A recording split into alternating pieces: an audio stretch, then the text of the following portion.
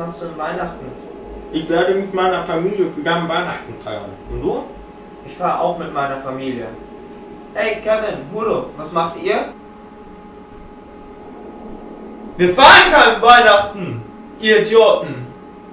Wir feiern keine Weihnachten, ihr Idioten! Wie? Wir feiern keine Weihnachten? Weihnachten ist was für kleine Kinder! Genau! Wir sind keine Kinder mehr, wir sind erwachsen!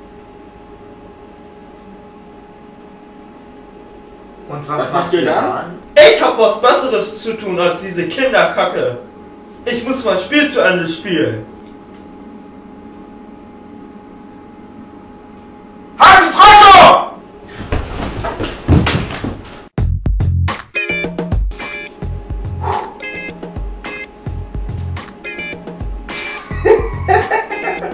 Ey, Hudo!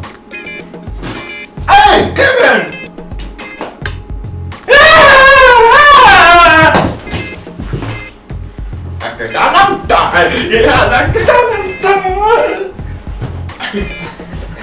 Das schneide ich mit rein in die Outtakes. So Leute, wenn euch dieses Video gefallen hat, gebt den einen Daumen hoch. Daumen hoch. Abonnieren nicht vergessen.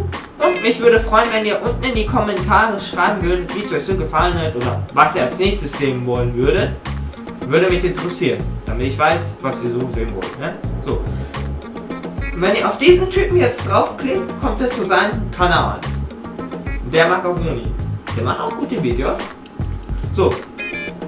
Zu der linken Seite kommt ihr zum vorherigen Video das Wetterbericht.